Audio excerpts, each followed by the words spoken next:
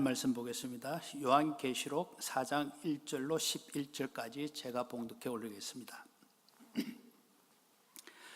일 후에 내가 보니 하늘에 열린 문이 있는데 내가 들은 바 처음에 내게 말하던 나팔 소리 같은 그 음성이 가로되 이리로 올라오라. 이후에 마땅히 될 일을 내가 내게 보리라 하시더라. 내가 곧 성령에 감동하였더니 보라, 하늘에 보좌를 베풀었고 그 보좌 위에 앉으신 이가 있는데 앉으신 이의 모양이 벽옥과 홍복석 같고 또 무지개가 있어 보좌에 둘렀는데 그 모양이 녹복석 같더라. 또 보좌에 둘려 24보좌들이 있고 그 보좌들 위에 24장로들이 흰옷을 입고 머리에 금 면류관을 쓰고 앉았더라. 보좌로부터 번개와 음성과 내성이 나고 보좌 앞에 7 등불 켠 것이 있으니 이는 하나님의 7 영이라. 보좌 앞에 수정과 같은 유리바다가 있고 보좌 가운데 보좌 주위에 네 생물이 있는데 앞뒤에 눈이 가득하더라. 그 첫째 생물은 사자 같고 그 둘째 생물은 송아지 같고 그 셋째 생물은 얼굴이 사람 같고 그 넷째 생물은 날아가는 독수리 같은데 네 생물이 각각 6날개가 있고 강과 주위에 눈이 가득하더라. 그들이 밤낮 쉬지 않고 이르기를 거룩하다 거룩하다 거룩하다. 주 하나님 곧 전능하신 이여 전에도 계셨고 이제도 계시고 장차 오실 자라 하고 그 생물들이 영광과 존귀와 감사를 보좌에 앉으사 세세토록 사시는 이에게 돌릴 때에 24장로들이 보좌에 앉으신 이 앞에 엎드려 세세토록 사시는 이에게 경배하고 자기의 면류관을 보좌 앞에 던지며 가로되 우리 주 하나님 영광과 존귀와 능력을 받으시는 것이 합당하오니 주께서 만물을 지으신지라. 만물이 주의 뜻대로 있었고 또 지으심을 받았나이다 하더라. 아멘.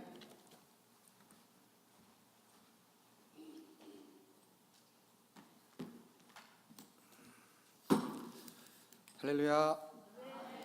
자, 혹시나 몰라서 제가 이걸 가져왔습니다.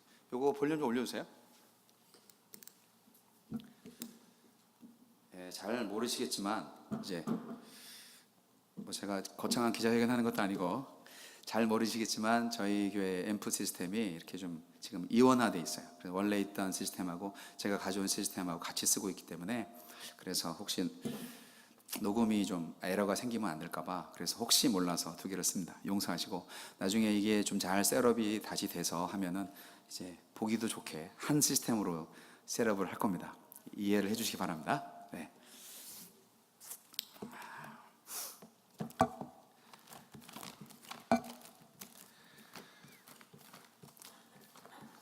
오늘 읽은 말씀이 참 좋은 말씀인데 참 좀 어려운 말씀이기도 합니다. 그래서 제가 이 성경 말씀을 세번역 성경으로 다시 한번 읽어드릴 테니까 여러분 성경책이 있으신 분은 다시 한번 눈으로 성경을 보시면서 귀로는 현대어로 되어 있는 똑같은 말씀을 들어보시기 바랍니다. 요한계시록 4장 1절로 11절까지 말씀 세번역으로 읽어드리겠습니다. 그 뒤에 내가 보니 하늘의 문이 하나 열려 있었습니다. 그리고 전에 내가 들은 그 음성 곧 나팔 소리와 같이 나에게 들린 그 음성이 이리로 올라오너라. 이 뒤에 일어나야 할 일들을 너에게 보여주겠다 하고 말하였습니다. 나는 곧 성령에 사로잡히게 되었습니다. 그런데 하늘에 보좌가 하나 놓여 있고 그 보좌에 한 분이 앉아 계셨습니다. 거기에 앉아 계신 분은 모습이 벽옥이나 홍옥과 같았습니다.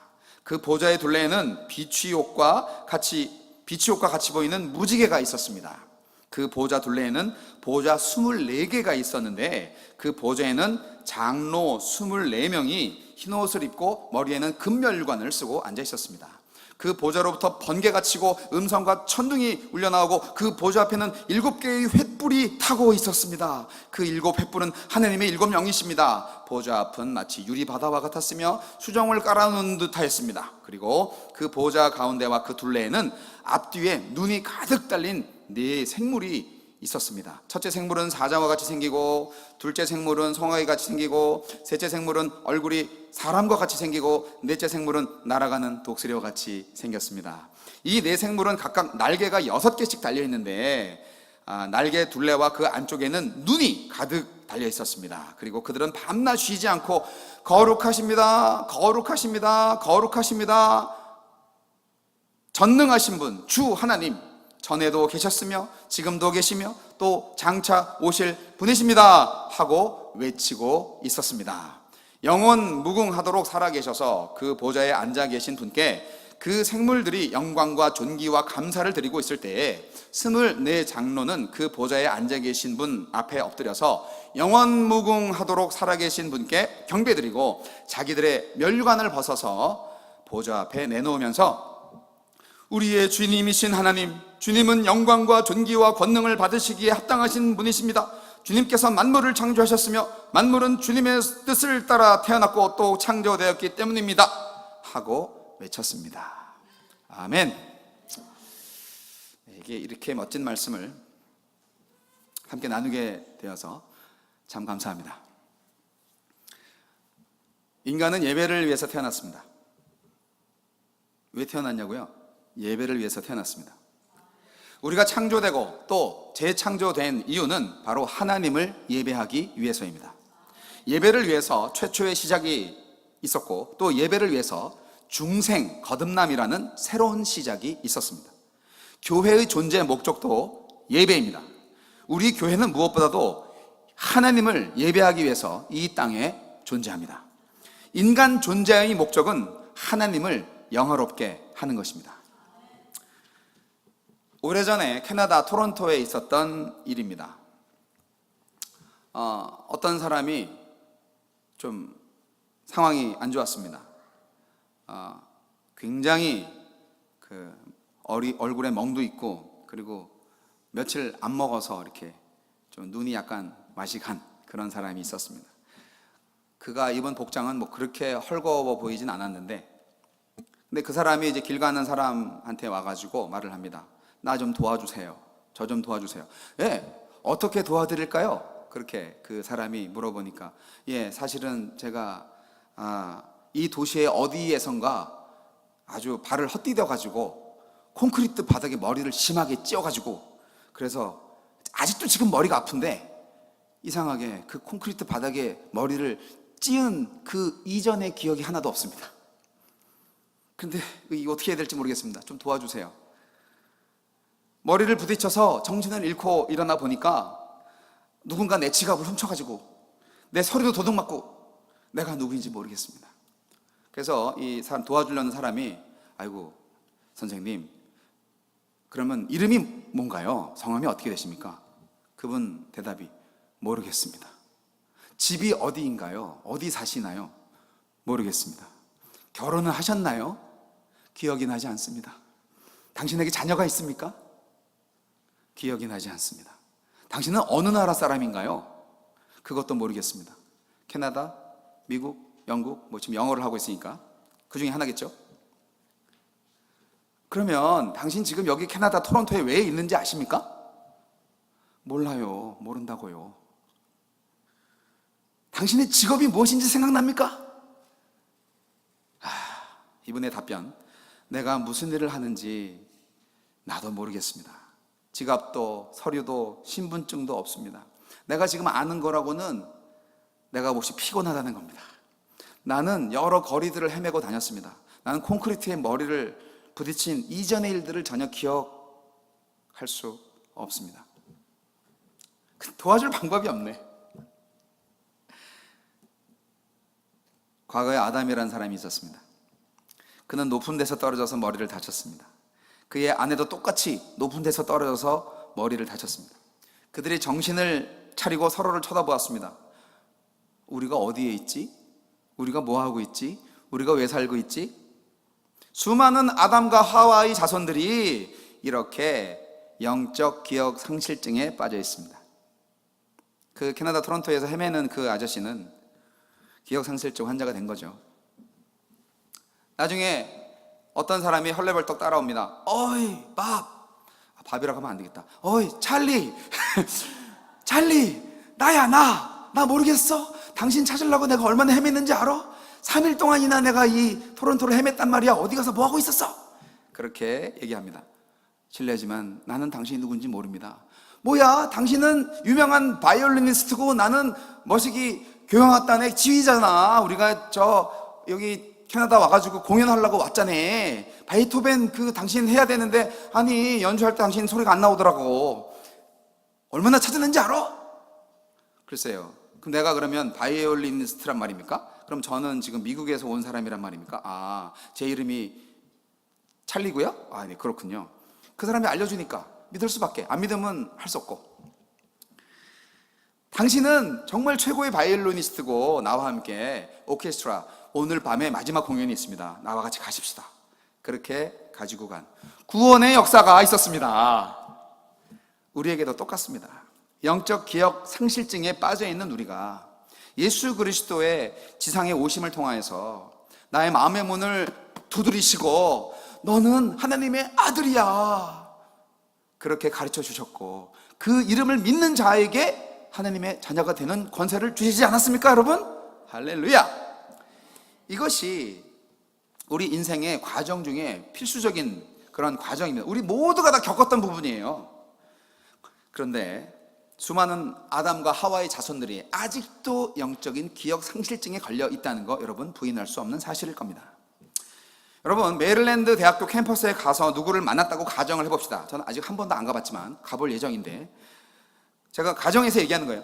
홍길동 씨, 당신은 여기 왜 있습니까? 그렇게 만난 사람한테 물어보자고 가정합시다. 우리 신 형제님이 약간 비슷하게 생긴 그런 젠틀맨인데, 자, 그러면 이제 그분이 이제 길동 씨가 말을 하겠죠. 예, 나는 원하는 게 있습니다. 나는 대학을 우수한 성적으로 졸업할 예정입니다. 네, 나는 결혼하고 싶고 돈을 벌고 싶고 여행도 하고 싶습니다. 나는 성공하고 싶습니다. 네, 나는 유명해지고도 싶습니다. 네. 그러면 이제 제가 물어봅니다. 그런 것들을 다 이루고 나서는 뭐 할 계획이신가요? 에? 그거 하고 나서요? 그렇게 말씀을 하시겠죠, 이분이? 그리고 제가 이렇게 얘기합니다. 길동 씨, 당신은 그런 것들을 다 이룬 다음에 늙어서 죽을 겁니다. 당신의 삶을 지배할 가장 큰 목적은 무엇입니까? 그분이 대답합니다. 그런 목적 같은 건 없는 것 같은데요. 잠깐만요. 그 대답은 제가 말하는 거죠. 당신은 당신이 왜 태어났는지 모른다는 말과 똑같네요. 글쎄요, 그런 것 같기도 하네요. 여러분, 우리 모두는 다 영적 기억 상실증에 걸려 있습니다. 우리 아버지가 누군지 모르잖아요, 불신자들은. 하나님 아버지가 아버지인데 아버지를 누군지를 모르잖아요. 육신의 아버지만 아버지인지 알고. 그게 뭡니까? 모르는 거지. 기억을 못하는 거지. 우리가 왜 여기 있는지, 왜 그들이 교회를 못 와야 되는지, 교회가 어떤 곳인지 모르잖아. 모르니까 못 오는 거죠. 우리는 왜 창조되었는지 모릅니다. 인생의 목적이 무엇인지 모릅니다. 우리가 무엇을 하기 위해 이 땅에 보내졌는지 모릅니다. 우리가 왜 존재해야 되는지 모릅니다. 다만 어떻게든 살아가려고 몸부림치는 거죠. 아주 그냥 살아남으려고 그냥 이 이민사회에서 살아야 돼, 살아남아야 돼, 무조건 살아야 돼. 그렇게 살아남으려고 그냥 그렇게 몸부림치는 게 우리 인생이죠. 어떻게든 살으려고 사는 게 중요하니까. 당연하죠. 우리 옛날에 그랬어요. 6.25 전쟁 때 저희 외조모가 이제 한 몇 년에 돌아가셨는데 외할머니가 그러셨어요. 하늘에서 비행기가 쫙 내려오는데 기총소사를 따따따따따따 하시는데 그 논밭에서 있던 우리 딸들, 당신의 딸들, 우리 어머님도 포함되어 있고 그분들이 그 기총소사를 피해가지고 막 데려다가 그 언니가 그만 다리에 총상을 맞고 관통해서 피를 철철 흘리면서 집에 왔는데 병신, 그 딸인데 여자니까 병신으로 평생 살면 뭐하냐 그렇게 생각을 하시고 그냥 놔뒀대요. 아무 조치도 안 하고. 그래서 3일 만에 죽더래요. 그렇게 독한 우리 외할머님 천국에 가셨겠지만 여튼 그런 역사를 우리가 경험한 우리 대한민국 사람이 전 세계 어디에 가도 있어요. 얼마나 이 삶의 이 그 본색이라고나 할까? 근원적인 힘, 살아남아야 한다. 이 힘 정말 대단한 거 아니겠습니까? 성경은 우리가 이렇게 영적 기억 상실증 환자로 만든 그 충격이 바로 아담과 하와의 타락 때문이라고 말합니다. 성경은 우리가 하나님이 우리를 만드실 때 분명한 목적이 있다고 말씀하셨고요. 인간의 그 창조 목적 중에 최고의 목적은 바로 예배입니다. 하나님을 예배하고 하나님을 영원히 즐거워하는 것입니다. 여러분은 왜 태어났습니까? 왜 살고 있습니까? 말과 소처럼 죽어라 일하기 위해서 태어났습니까? 교육과 자기개발의 사명을 띠고 이 땅에 오셨습니까? 고매한 정신적 쾌락을 즐기기 위해 태어났습니까? 감각적이고 육체적인 쾌락의 노예로 살다 가기 위해서 오셨습니까? 모든 피조물은 하나님의 기쁨을 위해 존재합니다. 아멘. 나의 기쁨이 아니라, 저 사람의 기쁨이 아니라 하나님의 기쁨을 위해서 존재합니다. 누가요? 우리가. 할렐루야. 하나님이 인류를 창조하시기로 결정했을 때 천국에서는 큰 축제가 열렸습니다. 욥기 38장은 하나님께서 땅의 기초를 놓고 만물을 지을 때 새벽 별들이 함께 노래하며 하나님의 아들들이 다 기쁘게 노래하였었느니라고 말하고 있습니다. 욥기 38장 7절에 기록되어 있는데, 여기서 하나님의 아들들은 천사들이라 추측되어집니다. 하나님께서 예배를 받기 위해서 인간을 지으셨다는 진리는 성경 한두 구절로 말씀드릴 수 있는 것이 아니라 성경 전체의 교훈입니다. 인간 최고의 목적은 바로 하나님을 예배하는 것입니다. 인간은 하나님의 사랑을 한 몸에 받는 존재입니다. 우주에서 가장 하나님께 사랑받는 존재는 바로 인간입니다. 하나님께서는 우리의 형상을 따라 우리의 모양대로 우리가 사람을 만들자고 창세기 1장 26절에 말씀하셨습니다. 그리고 자신의 형상대로 사람을 만드셨습니다. 우리라는 말은 삼위일체 하나님의 복수적 표현인 거 아시죠? 인간도 자신의 형상대로 만들어진 것을 좋아하는데 이는 하나님이 정하신 바입니다. 인간만이 뭔가 좀 새로 만들 수 있어요. 다른 식물, 동물들 이런 존재들은 그냥 계속 반복 재생산이야. 그런데 우리 인간만큼은 하나님의 형상을 가지고 있기 때문에 계속 창조, 대창조. 물론 무에서의 창조는 하나님만 하시고 우리는 유에서의 창조만 하지요. 여하튼 그럼에도 불구하고 우리가 사는 이 세상은 비극으로 가득합니다. 아담의 타락이라고 부르는 우주적 비극 때문이죠. 하나님은 내가 사람을 만들리라 그렇게 말씀하시고 허리를 구부리셔서, 제 상상이에요, 강바닥에서 진흙을 취하셔가지고 사람을 빚으시고 그 코에 생기를 불어넣으셨습니다. 생기를 불어넣은 존재가 누가 있냐고요? 사람밖에 없어요. 그래서 사람은 생명이 되었다 하는 것입니다. 하나님은 사람을 일으켜 세워놓고 말씀하셨습니다. 주위를 둘러보아라. 이것들이 다 네 거다. 나를 보아라. 나도 네 거다. 내가 너를 보니 네 얼굴이 내 영광이 나타나는구나. 나의 영광을 드러내는 것이 너의 존재의 목적이니라. 이 목적을 위해서 네가 태어난 거야. 네가 나를 예배하고 나를 즐거워하고 나를 영화롭게 하고 나를 영원히 너의 소유로 삼도록 내가 너를 지었다. 그렇게 말씀하셨습니다. 성도 여러분, 오늘 설교 제목이 뭔가요? 어휴, 대단하십니다. 서시에 써있네 이게. 멋져요. 네. 잃어버린 보석입니다. 네. 여러분 보석 좋아하시죠? 안 좋아하시는 분 없잖아요. 괜히 아닌 척 하지 마세요. 자, 평생 보석을 보지도 못하고 만지지도 못하다가 결혼할 때 보석을 만났네. 네. 여러분도 보석 반지 하나씩은 하시잖아요. 안 하는 분들도 있지만 저는 감사하게도 뭐 그렇게 유복한 가정 집안은 아니었지만 여하튼 그래도 3캐럿짜리 하나 이렇게 하나 장만하느라고. 자, 근데 이제 아내와 제가 처음 보석 반지를 서로에게 해줬죠. 결혼할 때. 뭐 결혼할 때만 생각하면 지금도 심쿵하죠. 네, 쿵당쿵당. 신혼생활 때요 2번 도둑을 맞았어요. 그래가지고요 저희 부부는 지금 가지고 있는 혼수품 폐물이 하나도 없어요. 보석 반지요? 제 것도 없고 아내 것도 없어요. 그리고요 또 남은 거요 다 팔아서 교육예측에 사용했기 때문에 없어요. 네, 그 일부는 그 전에 도둑 맞았고, 어려운 살림에 이 처갓집에서 해준 폐물들 다 없어지니까 장모님한테 얼마나 죄송하던지. 처음 도둑 맞았을 때, 처음 그 결혼 반지를 잃어버렸을 때 제 아내가 막 두렵고 떨리는 마음으로 하면서 이제 전화를 하는데 막 말도 못해. 그냥 막 주저앉아가지고 눈물 콧물 다 흘리면서 어떡해 이러면서 아이고, 그렇게 넋을 안고 주저앉아 있는 제 아내한테 제가 이렇게 말했습니다. 걱정하지 마. 우리보다 더 필요한 사람이 가져갔었을 거야. 괜찮아. 그제서야 아내가 정신을 차리더라고요. 네. 사실 전 속으로 이럴 줄 알았으면 더 빨리 하나님께 바칠 걸 라는 그런 생각을 했는데, 네, 이 생각은 제 아내한테는 비밀입니다. 네. 알려주지 마세요. 네. 저는요, 이 물질의 다이아몬드는 잃어버렸지만 우리 마음속에 있는 예수 그리스도 영원한 보석, 바로 그 생명의 다이아몬드를 소유하고 있음에 감사했습니다. 예배는 바로 이 보석과 같습니다. 보석 같은 예배. 그리스도인은요, 성령과 진리 안에서 하나님을 예배합니다. 성령께서 함께 하시지 않는 예배는 예배가 아닙니다.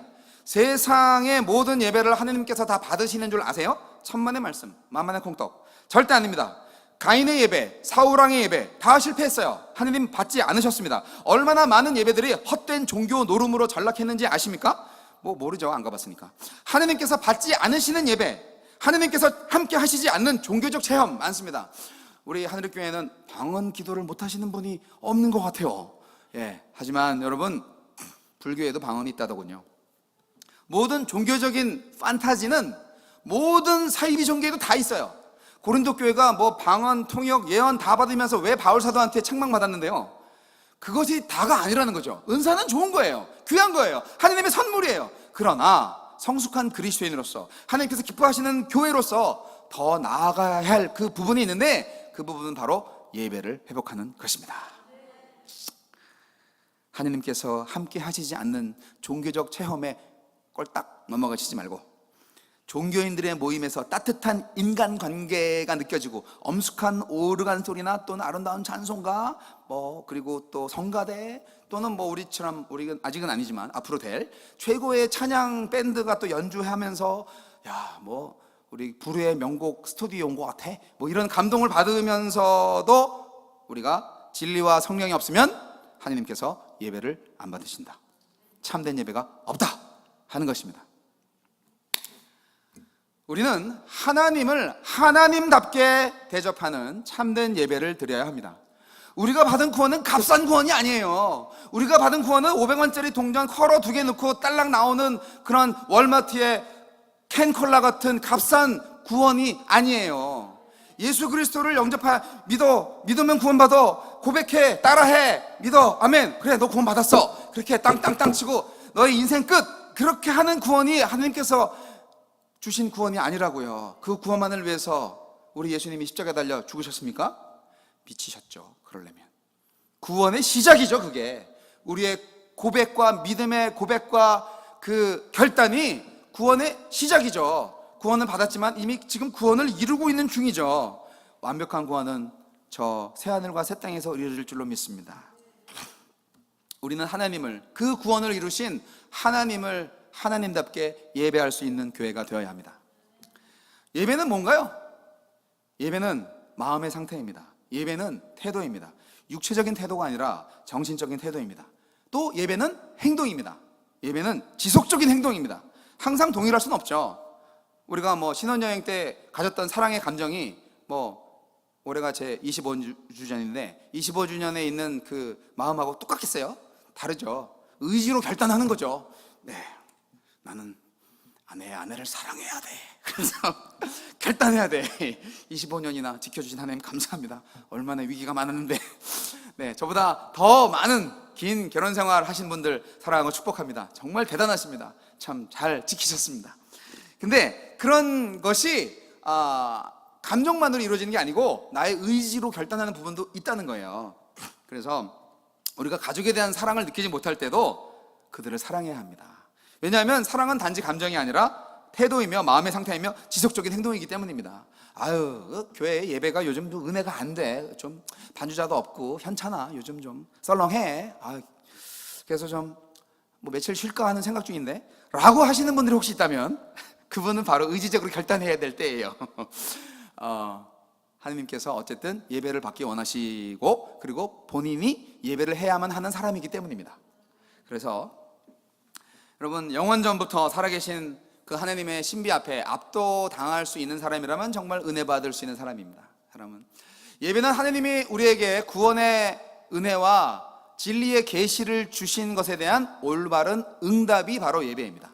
그래서 사랑하는 사람이 나에게 사랑한다고 말하고 선물도 주고 정말 내가 허우적거리면서 빠져 죽었을 때 건져주시고 하면은 내가 뭘 하겠어요? 아이고 감사합니다. 아이고 감사합니다. 내가 당신을 평생 섬기겠습니다. 내 생명이 은인입니다. 그러면서 내가 가진 모든 걸 다 바쳐서 섬기겠습니다. 그렇게 하지 않겠어요? 그게 바로 예배의 행위인 거예요. 하나님이 우리를 구원하셨기 때문에 우리는 당연히 그런 예배자가 되는 거예요. 그런데 자꾸 까먹는 거죠. 자꾸 콘크리트 바닥이 어디 이렇게 많은지 자꾸 까먹는 거야. 자꾸 머리를 받고 이제 잊어버리고 싶은 거죠. 마귀가 자꾸 꼬여서 그런 거예요. 자꾸 하나님을 모르게 하는 거예요. 그래서 어쨌든 은혜가 되든 은혜가 안 되든 교회 나와서 말씀 들으면 그래도 좀 기억이 되살아나잖아요. 그래도 그렇지 않습니까, 여러분? 그래서 좀 모르고 있다가 좀 그래도 크리스찬 친구들 만나서 전화 한 통하고 또 뭐 길 가다가 만나고 그렇게 얘기하다 보면 그래도 그래 우리를 구원하신 예수님 좋은 분이지, 하나님 감사하지, 모든 게 다 은혜지, 그런 기억이 나지 않습니까? 그러면 다시 예배자의 마음으로 돌아오는 거 아니겠어요? 이것이 바로 교회의 힘이고 예배의 힘인 거예요. 그것이 바로 우리 하늘의 교회의 공동체의 존재 이유입니다. 오늘날 예배는 잃어버린 보석이 되고 말았습니다. 여기 면류관은 있지만 면류관에는 보석이 박혀있지 않은 것과 같습니다. 지금 모든 한국과 미국의 세계 모든 교회 중에 특히 선진국들 한국과 미국의 교회 중에서 정말 온갖 장식품으로 화려하게 빛나는 교회, 그러나 정작 빛나야 할 보석인 예배는 실종된 교회가 너무나 많습니다. 안타깝죠. 요한계시록 3장 14절로 17절 말씀을 제가 읽어드리겠습니다. 라오디게아 교회 얘기입니다. 라오디게아 교회의 사자들에게 편지하라. 아멘이시오 충성되고 참된 증인이시오 하나님의 창조의 근본이신 이가 이르시되 내가 네 행위를 아노니 내가 차지도 아니하고 뜨겁지도 아니하도다. 내가 차든지 뜨겁든지 하기를 원하노라. 네가 이같이 미지근하여 뜨겁지도 아니하고 차지도 아니하니 내 입에서 너를 토하여 버리리라. 네가 말하기를 나는 부자라 부여하여 부족한 것이 없다 하나 내 곤고한 것과 가련한 것과 가난한 것과 눈먼 것과 벌거벗은 것을 알지 못하도다. 아멘. 오늘날 교회들은 부자입니다. 부자 교회가 참 많습니다. 교인들은 상하로 만든 침대에서 잠을 자고 금사발에 음식을 담아 먹으면서도 이스라엘의 재앙에 대해서는 신경을 쓰지 않았습니다. 라오디게아 교회의 교인들이 그랬습니다. 오늘날 교회들은 교회 건물이나 프로그램에 대해서 많이 노력을 기울입니다. 뉴스 프로그램 등등 여러 가지가 있습니다. 그러나 정작 예배에 대한 고민은 많이 하지 않는 것 같습니다. 우리가 정말 기도한다면, 우리가 정말 예배한다면 굳이 그렇게 오랜 시간 동안 열심히 우리 교회 어떻게 뭐 이렇게 해야 되고 저렇게 해야 되고 내년에는 주차장을 좀 어떻게 좀 이렇게 회의를 할 필요가 있을까요? 하나님이 우리를 부르신 것은 우리의 예배를 받으시기 위해서입니다. 그래서 예배 중심으로 살기를 결단하시기를 저는 권고드립니다. 여러분, 예배를 잘하면 회의를 할 필요가 없어요. 모두가 다 예배 가운데에서 하나님의 그 음성을 듣기 때문에 회의가 필요 없어. 그렇지 않겠습니까, 여러분? 자, 우리가 하나님을 믿는 것은요, 담배를 끊기 위함이 아닙니다. 물론 하나님이 담배를 피우게 하기 위해서 창조하신 것은 아니에요. 담배 끊기를 바랍니다. 네, 담배 피우시는 분들. 그런데 마찬가지로 우리가 하나님을 믿는 그 이유가 술을 끊기 위해서 믿는 게 아니에요. 물론 술을 계속 마시라는 얘기가 아니죠. 술을 끊으시기 바랍니다. 네. 우리가 신앙을 갖는 것은요, 아내를 구타하는 행위를 그만두기 위해서가 아니에요. 아내를 때리면 안 되죠. 절대 안 됩니다. 저는 제 딸들한테 결혼한 배우자가 평생에 단 한 번, 첫 번째 단 한 번이라도 너한테 손찌검을 하면 이혼해도 좋다라고 제가 목사 아빠로서 얘기했습니다. 자, 절대 때리지 마세요. 하나님 기뻐하지 않습니다. 근데 믿는 목적이 그거를 위해서 믿는 게 아니라고요. 정확한 목적이 우리를 도덕군자 만들기 위해서 하나님께서 신앙생활 하라고 만들지 않으셨어요. 그럼 우리가 왜 하나님을 믿는 겁니까? 우리가 원래의 상태로 돌아가게 하기 위해서입니다. 아담 안에서 잃어버린 본래의 상태로 돌아간다는 말입니다. 근데 그 잃어버린 상태가 뭔지 잘 모르시죠? 에덴 동산이 뭐 그냥 나무들, 풀, 꽃, 짐승들만 있고 과일나무만 있고 아담과 하와만 있는 줄 아시죠? 맨날 하나님과 뛰어놀고 그랬던 것만 아시죠? 그게 어떤 모습인지를 제가 오늘 말씀드리는 거예요. 에스겔서 28장 14절로 17절 말씀 제가 읽어드립니다. 무서운 말씀인데, 너는 기름 부음을 받고 지키는 그룹이며 내가 너를 세우매 내가 하느님의 성산에 있어서 불타는 돌들 사이에 왕래하였도다. 내가 지음을 받던 날로부터 내 모든 길에 완전하더니 마침내 내게서 불의가 드러났도다. 내 무역이 많으므로 내 가운데서 강포가 가득하여 내가 범죄하였도다. 너 지키는 그룹아, 그러므로 내가 너를 더럽게 여겨 하느님의 산에서 쫓아냈고 불타는 돌들 사이에서 멸하였도다. 네가 아름다움으로 마음이 교만하였으며 네가 영화로움으로 네 지혜를 더럽혔으며 내가 너를 땅에 던져 왕들 앞에 두어 그들의 구경거리가 되게 하였도다.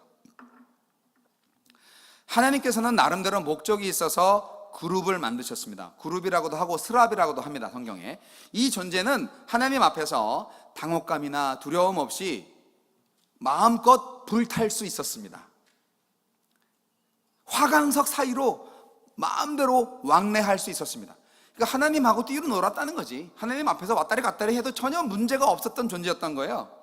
그러나 그는 자기 아름다움에 도취되었고 하나님은 그에게 결국 넌 더러워 하고 땅에 내던져 버리셨습니다.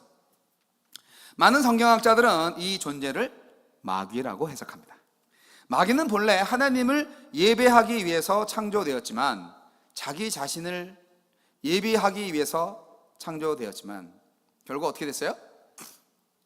하나님이 아니라 마귀 자기 자신, 자기를 예배했기 때문에 하나님은 그를 땅에 버리셨습니다.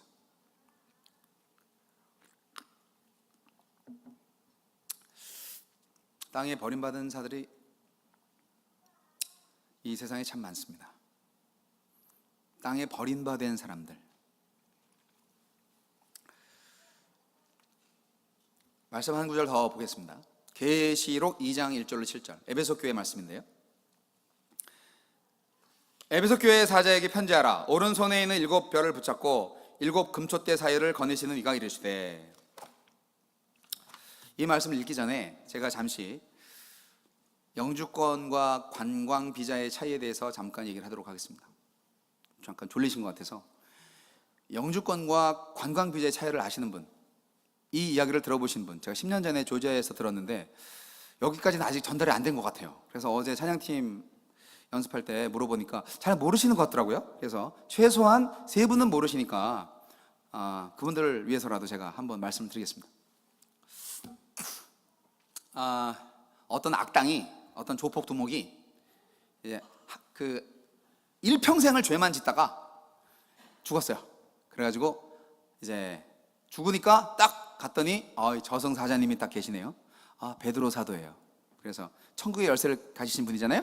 그래서 사도님 안녕하세요. 제가 왔습니다. 저 왔어요. 그래서 이제 저는 당연히 지옥 가겠죠. 그렇게 했겠죠. 그랬더니 베드로 사도께서 아무개 왔냐? 잘 왔다. 야, 너 천국 가고 싶냐? 지옥 가고 싶냐? 에이? 천국과 지옥 선택의 기회가 있단 말입니까? 글쎄, 한번 구경이라도 해볼래? 선택할 기회를 줄게. 그렇게 얘기합니다. 그래서 좋습니다. 그러면 먼저 지옥을 보러 가죠. 지옥 투어가 시작됐습니다. 지옥을 딱 갔더니 와, 그냥 빛과 번쩍 불빛이 번쩍번쩍, 그리고 뭐 반쯤 벗은 나체의 여자들 많이 있고, 그리고 뭐 부어라 마셔라 춤춰라, 뭐 그냥 자기가 살던 그 옛날 그 동네 그때 온 거야. 거길로 온 거야. 여기 내가 놀던 데인데요. 너무 좋네 여기 이거. 그랬어요. 야, 이젠 천국에 갑니다. 천국에 갔더니 그 천국 그 문을 딱 열자마자 볼 수가, 눈이 부셔가지고 볼 수가 없어. 그래가지고 한참을 있다가 이제 여러 눈으로 이렇게 봤더니 그냥 모든 사람이 하얀 옷을 입고 모든 배경이 다 하얀 바탕이네. 그리고 사람들이 다 하얀 옷 입고 두 손 들고 그냥 찬양을 하고 있는 거예요. 예, 찬양을 계속 거룩하다 거룩하다 하나님 사랑합니다 그러면서 계속 많은 물소리 찬양이 계속 이어지고 있는 거예요. 그래서 이 조폭 두목이 거기서 한참 서 있다가 볼 것도 별로 없고, 저 베드로님 이거 언제까지 해요? 언제 끝나요? 그랬더니 베드로가 이거 영원히 계속된단다 그랬어요. 그래서 이 조폭두목이 오케이 결정했습니다. 저 지옥 가겠습니다. 그렇게 결정했어요. 자, 그래서 이제 오케이 your choice. 그래서 이제 드디어 이제 지옥 문을 짠 열었습니다. 열어서 탁 들어갔는데 이 웬걸 뜨거 하면서 그냥 유황불과 그 모든 뜨거운 세상의 모든 뜨거운 불이란 다 있는 바로 그곳에 던져진 거죠. 그래서 그 유황 불못에 빠지면서 이 조폭두목이 베드로 사도한테 아니 이건 다르잖아, 이게 아니잖아, 이게 뭐예요, 아까 거기 아니었는데 그랬는데 이 베드로 사도가 하는 말, 아까는 관광비자고 지금은 영주권이야 그랬다는 거예요. 많이 안 오시시네. 여튼 이 이야기는 그 이민 생활이 얼마나 어려운가 하는 부분에 있어서 약간 풍자적으로 말한 건데, 저는 이 이야기를 들으면서 이 이야기를 만든 사람도 천국의 비밀을 조금 아는 사람이네 라는 생각을 했습니다. 다시 계시록 2장 1절로 7절. 에베소 교회의 사자들에게 편지하라. 오른손에 있는 7뼈를 붙잡고 7 금초대 사이를 거니시는 이가 이르시되, 내가 내 행위와 수고와 내 인내를 알고 또 악한 자들을 용납하지 아니한 것과 자칭 사도라 하되 아닌 자들을 시험하여 그의 거짓된 것을 내가 드러낸 것과 또 내가 참고 내 이름을 위하여 견디고 게으르지 아니한 것을 아노라. 그러나 너를 책망할 것이 있나니 너의 처음 사랑을 버렸느니라. 그러므로 어디서 떨어졌는지를 생각하고 회개하여 처음 행위를 가지리라. 만일 그리하지 아니하면 또 회개하지 아니하면 내가 네게 가서 네 촛대를 그 자리에서 옮기리라. 오직 네게 이것이 있으니 네가 네골라 당의 행위를 미워하는도다. 나도 이것을 미워하노라. 귀 있는 자는 성령의 교회들에게 하시는 말씀을 들을지어다. 이기는 그에게는 내가 하나님의 낙원에 있는 생명나무의 열매를 주어 먹게 하리라. 에베소 교인들은 그들의 행위를 버린 것이 아니라 그들의 처음 사랑을 버렸습니다. 그들에게는 행위와 수고가 있었어요. 교회 봉사 열심히 했고요, 정말 열심히 일했어요. 그들은 악한 자를 용납하지도 않았어요. 도덕적으로 아주 좋았습니다. 올바르게 살았고 또 신학적으로도 건전했습니다. 교리적으로도 문제가 없었어요.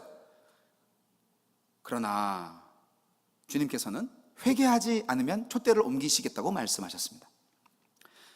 이 말씀을 주시고 나서 실제로 이 에베소 교회 터에, 에베소 교회 지방에 교회가 단 한 개도 없었다고 합니다. 여러분, 아까 에스겔서에 나왔던 바로 그 마귀, 그 구약에 나타난 간악한 피조물은 자기가 왜 창조되었는지 망각했습니다. 이 피조물은 하나님에게서 눈을 떼어서 자기 자신을 보았기 때문에 멸망했습니다. 자신이 왜 교회인지를 망각하고 자기 도취에 빠지기 시작한 교회가 신약에 적어도 한 개 나타납니다. 방금 읽은 에베소 교회. 주님을 향한 이 교회의 사랑이 식었습니다. 주님은 촛대를 옮기시겠다고 말씀을 하셨습니다. 그리고 이 교회는 사라졌죠. 말씀을 좀 정리할까 합니다. 여러분, 총체적 위기에 처한 한국교회와 미국교회의 살 길은 예배 회복입니다. 구약의 이스라엘은 예배에 실패해서 망했습니다. 여러분, 지금 예배의 운동이 일어나고 있는 시대인데, 그러나 그 예배 안에 영과 진리가 포함되어 있지 않으면 아무리 멋진 엔터테인먼트를 동원한다 할지라도 그 예배는 죽은 예배입니다. 아주 쉽습니다. 물론 어렵죠, 실행하기가. 그러나 성경은 간단하게 말씀드립니다. 영과 진리로 예배할지니라. 하나님은 영이시니 신령과 진정으로 예배할지니라. 하나님은 예배하는 자들을 찾으신다. 할렐루야.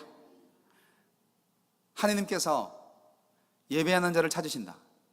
예배를 찾으시는 게 아니에요. 예배자를 찾으시는 거예요. 예배는 여기에서 드리는 11시 땡 하면 치는 그 예배만 예배가 아니에요. 여러분, 예배는 하나님과의 만남입니다. 저는 예배 목사입니다.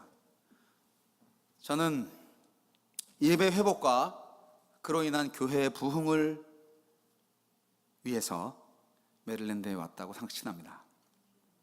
제가 아틀란타에 처음 왔을 때 왜 날 불렀나, 주님께서 11년 동안 열심히 나름대로 했는데 예배가 조금 살아나다가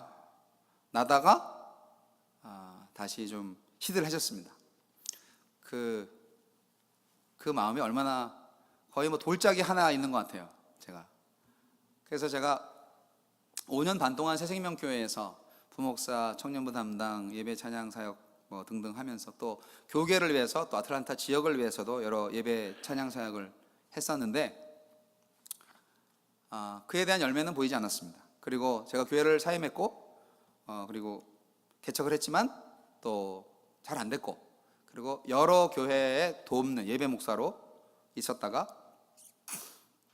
그러면서 또 먹고 살아야 되니까 저도 역시 생업을 전전하면서 이민 생활을 잘 경험을 했습니다. 자, 그러나 저는 마음속에 생각했습니다. 주님, 예배가 아니면, 목회 사역이 아니면 죽음을 주십시오. 못 살겠습니다, 이거. 그래서 제가 한 번은 아파트에 페인트 칠을 하러 가가지고, 야, 이 사다리에 올라가서 내가 그냥 저절로 떨어져 죽었으면 좋겠다. 그 일이 힘들어서도 그렇지만 내가 이거를 여기서 왜 해야 될까 하는, 그러니까 목사들은 다 이런 자괴감이 있어요. 근데 이제 어떤 목사는 그러더라고요. 노 목사 너마저 일을 하냐? 끝까지 버텼어야지. 나 봐, 일을 한 번 시작하니까 결국은 계속 지금 일만 하잖아. 그리고 일을 안 하면 지금 먹고 살 수가 없기 때문에 결국은 계속 일만 해. 나 요즘 사역도 안 해. 그럼 안수 받았을 때 그게 뭐 어디로 간 거야 도대체? 내가 안수 받을 때 주님께 헌신하겠다고, 목숨 바쳐 주님을 섬기겠다고, 영혼 구원을 위해서 평생 바치겠다고 그렇게 결단했던 그 다짐은 다 어디 갔냐고. 아싸리 죽는 게 낫겠네, 그런 생각을 하기도 했었습니다. 제가 야간 택시 운전을 하면서 많은 교인들의 생각을 읽었습니다. 이 아틀란타에는 룸사랑도 많고요, 그리고 호스트바도 많아요. 그래가지고 남녀 구분하지 않고 나이 구분하지 않고 얼마나 많은 즐거움의 이 세계로 돌진하는 도시인지 알 수가 없어요. 하지만 그분들의 이야기를 뒤에서 다 들으면서 기도했습니다. 근데 도저히 토할 것 같아서 도저히 그 일을 못 하겠더라고요. 그래가지고 직업을 바꿀 수밖에 없었고, 여튼 3년 동안 뭐 현대자동차, 현대모비스에서 이제 공장 노동자로 일을 하기도 하고, 한 3년 정도 이렇게 사이드 잡을 해보니까 아이고, 이렇게 이민 생활이 힘들구나.